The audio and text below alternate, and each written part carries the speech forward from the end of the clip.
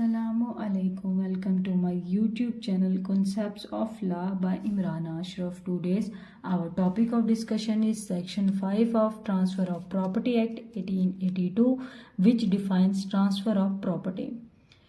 An act by which a living person convey his property, one or more living person, or to himself in future or a present, which is called transfer of a property. एक living person अपनी property जो है ना किसी दूसरे living person को दे सकता है, मतलब कन्वे कर रहा है, दे सकता है, वो फ्यूचर में दे या प्रेजेंट में, इन सब इसको क्या कहते हैं? ट्रांसफर ऑफ प्रॉपर्टी कहते हैं। ठीक है, वो कौन कौन सी प्रॉपर्टी है जो वो ट्रांसफर कर सकता है? ठीक है, कन्वे कर सकता है। एक पर्सन, लिविंग पर्सन दूसरे पर्सन को कौन कौन सी प्रॉपर्टी है जो दे सकता है? ठीक है, प्रॉपर्टी की टू टाइप्स हैं, मूवेबल प्रॉपर्टी और इमूवेबल प्रॉपर्टी। एक living person convey his property either movable or immovable to one or more living persons. ठीक है, movable property which can be moved from one place to another like money, jewelry, books etc are the books are in the category of movable property. ठीक है, और immovable property which cannot be moved, for example land, building और well वगैरह हो गए, ये जो है इमूवेबल कैटेगरी की, इमूवेबल प्रॉपर्टी की कैटेगरी में आएंगे। ठीक है, ट्रांसफर ऑफ प्रॉपर्टी क्या है जी? एक लिविंग पर्सन दो और मोर लिविंग पर्सन के दरमियान अपनी प्रॉपर्टी को मुंतकिल कर सकता है, भेज सकता है, दे सकता है, फ्यूचर में दे या प्रेजेंट में दे, इसको क्या कहते हैं जी? Transfer of property. जायदाद का इंतकाल, मुंतकिल करना या मुंतकिल करना, किसी को अपनी प्रॉपर्टी देना। एक पर्सन है जिसने अपनी प्रॉपर्टी, एक लिविंग पर्सन है जिसने दूसरे लिविंग पर्सन को अपनी प्रॉपर्टी दी है, जायदाद में हिस्सा दिया है या जायदाद दी है, उसको क्या कहते हैं? ट्रांसफर ऑफ प्रॉपर्टी कहते हैं। ठीक है, अगर इसमें यहाँ पे एक टर्म यूज हुई है लिविंग पर्सन, अगर सेक्शन 5 में ना आगे लिविंग पर्सन को डिफाइन कर दिया गया है, उसको यानी कि वजाहत दे दी है, एक्सप्लेन कर दिया गया है कि लिविंग पर्सन क्या होता है। Living person in transfer of property act does not mean only a woman being, also include legal persons such as companies, associations और ग्रुप्स। लिविंग पर्सन जो ट्रांसफर ऑफ प्रॉपर्टी एक्ट में word use हुआ है living person, उसका मतलब ये नहीं है कि एक लिविंग पर्सन वुमेन बीइंग है, इंसान, उसमें एक आगे कैटेगरी भी इंक्लूड की गई है कि लीगल पर्सन्स भी हो सकते हैं। ठीक है, जैसे कंपनीज होगी, एसोसिएशंस होगी या ग्रुप हो गए, वो भी लिविंग पर्सन ही की कैटेगरी में आएंगे। ठीक है, वो भी ट्रांसफर कर सकती हैं अपनी प्रॉपर्टी किसी दूसरे लिविंग पर्सन को, प्रॉपर्टी ये दे सकती हैं। ये बात करने का, लिविंग पर्सन की अगर बात करें तो लिविंग पर्सन दो तरह के होते हैं। लिविंग पर्सन नेचुरल पर्सन हो गए एज अ वुमन बीइंग, हम इंसान, और अगर आर्टिफिशियल पर्सन की बात करें या लीगल और जुडिशियल पर्सन की बात करें, वो जैसे कोई कंपनीज होती है, एसोसिएशंस और ग्रुप्स, वेदर इनकॉर्पोरेटेड और नॉट इनकॉर्पोरेटेड, वो जो सारी चीजें होती हैं वो आर्टिफिशियल पर्सन की कैटेगरी में आती है। लेकिन living transfer of property act क्या कहता है कि लिविंग पर्सन की कैटेगरी में बोथ आती हैं, नॉट सिर्फ वुमन बीइंग भी आते हैं और ऐसी तमाम लीगल बॉडीज जो हैं, जैसे कंपनीज होगी, एसोसिएशंस होगी, कोई चैरिटी फॉर्म्स हो गए, ईटीसी जो हैं, वो भी इंक्लूड होते हैं, लिविंग पर्सन की कैटेगरी में आते हैं। ठीक है, ट्रांसफर ऑफ प्रॉपर्टी के जरिए।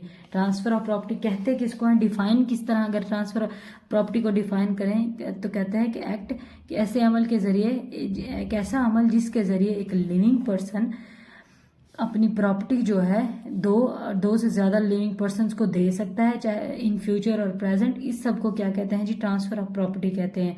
मूवेबल प्रॉपर्टी कौन सी हो सकती है? वो मूवेबल भी हो सकती है और इमूवेबल प्रॉपर्टी भी हो सकती है। मूवेबल जिसका वजूद हो, यानी कि जो मूव कर सकते हो हम एक प्लेस से दूसरी प्लेस, जैसे मनी होगी, ज्वेलरी या बुक्स etc हो सकती है। या फिर इमूवेबल की बात करें, जो एक जगह से जिसका कोई वजूद ना हो, जिसका कॉर्पस बॉडी ना हो, जिसकी एक कोई भी नॉट कॉर्पस बॉडी हो, उसकी अपनी कोई कॉर्पस बॉडी ना हो, उसका कोई वजूद ना हो। ठीक है, उसको कहते हैं इमूवेबल प्रॉपर्टी, वो भी इस कैटेगरी में आती है। दोनों मूवेबल, एक लिविंग पर्सन के पास क्या राइट है कि लिविंग पर्सन कन्वे कर सकता है अपनी प्रॉपर्टी आइदर मूवेबल और इमूवेबल टू वन और मोर लिविंग पर्सन इन फ्यूचर और प्रेजेंट, इसको कहते हैं जी ट्रांसफर ऑफ प्रॉपर्टी।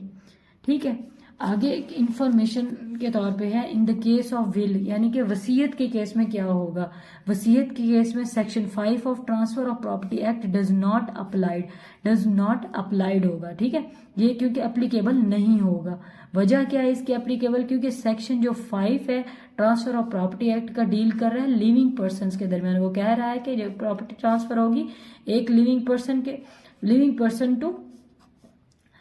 पर्सन होगी, ठीक है। और अगर वसीयत का केस देखें तो उसमें एक पर्सन जो होता है, एक पर्सन के मरने के बाद जो है ना आप प्रॉपर्टी ट्रांसफर होती है by the operation of law के जरिए वो ट्रांसफर होती है, ना कि वो एक्ट ऑफ द पार्टीज के जरिए ट्रांसफर होती है। जो मैंने प्रीवियस लेक्चर में जैसे आपको modes of transfer of introductory lecture में बताया कि modes of transfer of property act क्या है, by the acts of parties, जो दो पार्टीज के अमल से ट्रांसफर ऑफ प्रॉपर्टी होती है, या फिर by the operation of law, यानी कि automatically transfer by the court order और बाय द लॉ प्रॉपर्टी होती है, उसको कहते हैं ये। लेकिन सेक्शन 5 जो है बेसिकली डील क्या कर रहा है, क्या रहा है कि जो ट्रांसफर ऑफ प्रॉपर्टी होगा वो एक लिविंग पर्सन जो है दो और मोर लिविंग पर्सन के दरमियान, मतलब दो लिविंग पर्सन के दरमियान ही होगा ट्रांसफर ऑफ प्रॉपर्टी।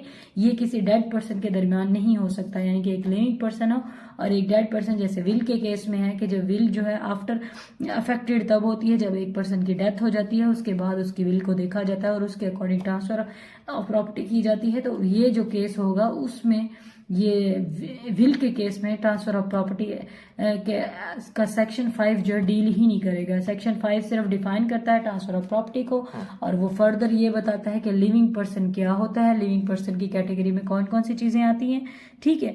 और मूवेबल और इमूवेबल प्रॉपर्टी की इंफॉर्मेशन हमें आनी चाहिए, क्योंकि पूरे आगे पूरे सेक्शन में means article transfer of property act 1882 के पूरे आर्टिकल्स और सेक्शंस में ये वर्ड यूज होगा क्या है कि ये जो सेक्शन है किस प्रॉपर्टी के साथ डील कर रहा है, मूवेबल के साथ या फिर इमूवेबल प्रॉपर्टी के साथ। मैं अगेन रिपीट कर रही हूँ कि ऐसा an act by which living person convey his property to one or more living person or to himself in future or present is known as a transfer of property, ठीक है। Living person जो होते हैं कौन से, not only women being but also including legal bodies like companies और association whether it is incorporated और not incorporated, ठीक है।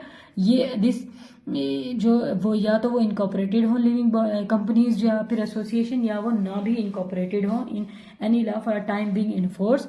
तो ये जो है वो भी लिविंग पर्सन की कैटेगरी में आएंगे, ठीक है। This was all about section 5 of transfer of property act 1882 which defines transfer of property. This was my whole discussion about section 5.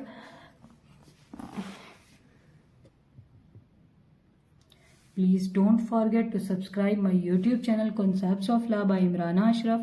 Thanks for watching my video.